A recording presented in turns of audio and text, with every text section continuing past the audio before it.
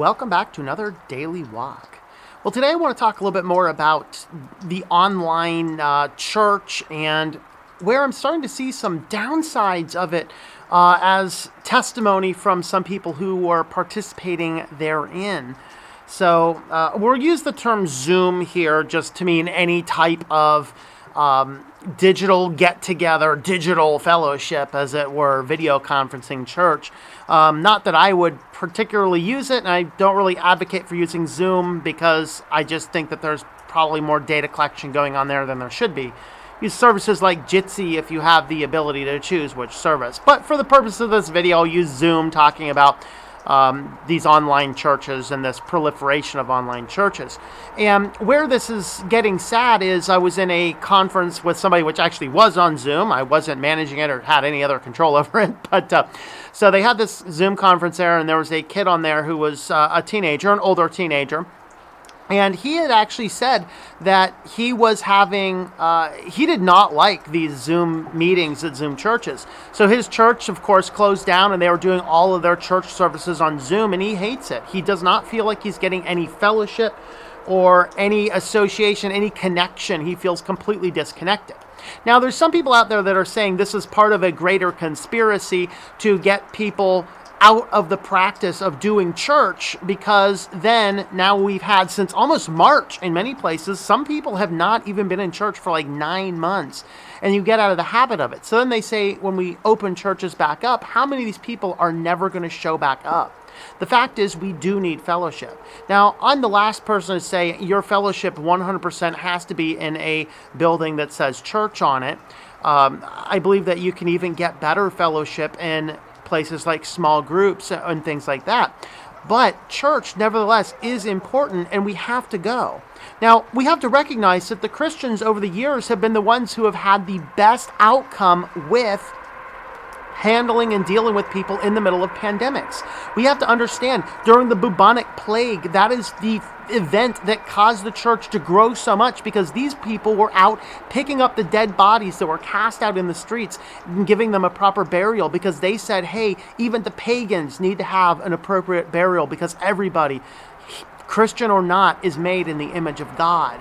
And that is an important token. But we as Christians here in America, at least, and around the world in many cases, have become largely pacifist, full of fear, full of terror, and we're not gonna meet up because I don't want, X, Y, or Z person in the congregation to have illness. What I find interesting, though, is when we start looking at evidence, and I'm not necessarily even right now looking at scientific evidence, I'm looking at some anecdotal evidence. Apparently, allegedly in Los Angeles, there's cases left, right, and center. You've had Grace Community Church. They have been open for a long time, 7,000 people. Now, they've never been like, hey, you have to come to church to avoid this. They do live streaming. You can watch it from home, and you're perfectly allowed, and there's no shame in doing that. They have outdoor seating set up with screens. But for anybody that's like, I don't really care, I think this is a bunch of nonsense, you can go right on in. They have no social distancing, they have no requirements for masks, and they're just going in and having church. This is in the middle of Los Angeles, apparently this hotbed of coronavirus activity, and here's this non-socially distanced, non-mask group of people that has no outbreak! None at all! It's amazing. And our church has been open since, I think, maybe May or June. We took a couple weeks off to investigate the data, and then we looked at the data and said, the data doesn't really support all this closing down of all of our congregations, and we opened up. We don't have social distancing. We don't have masking going on necessarily. Whoever wants to wear one can wear one, but there's no requirement of it. There's no sit 6 feet apart. There's no completely stay away from everybody under the sun. We don't have any of that. We've had no cases, no outbreaks amidst our whole county. Oh my God, everyone's dying. It's like the only place I see people not wearing masks is in my church. It's the only place we don't see infections. Kind of funny. And I'm not saying that we should all run around and flaunt anything and everything, but what I'm saying is there are groups that want us to get out of the habit of doing church. And so we've gotten into this huge, long habit of not going back into church, so that when the church doors open back up, we're like, whatever. And we've become cold. And we have become complacent. And unfortunately, that cold and complacency is where sin can start to have a foothold. And this brings us back to the famous verse in Hebrews 10:25. We'll read a couple verses earlier than that. Let's go ahead and start Hebrews 10:23 down to 25. So it says, let us hold fast to the confession of our hope without wavering, for he who promised is faithful.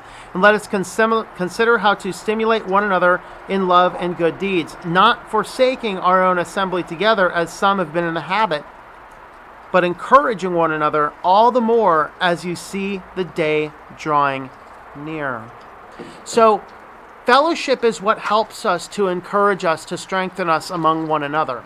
This is critically important. Now, as I said, I don't believe that has to be inside of a church, but I believe it should be connected with a church, and absolutely it should be connected with a group of believers. Let me rephrase that again briefly, that last point I made, where it does not necessarily have to be connected to a church. Some of the greatest times of fellowship have been outside of the church events, but with people that I've known and met through church. That's kind of what I meant by that. And it's critically important that we understand that as Christians, we have to get together. We have to have fellowship, and a Zoom call doesn't matter. What we're seeing right now is with all of these Zoom meetings and Zoom schools, the Zoom education doesn't seem to work. The Zoom meetings, people are just too distracted. And of course, you have the guy on CNN. He was out there tubing it. We got a new verb this year, tubing it.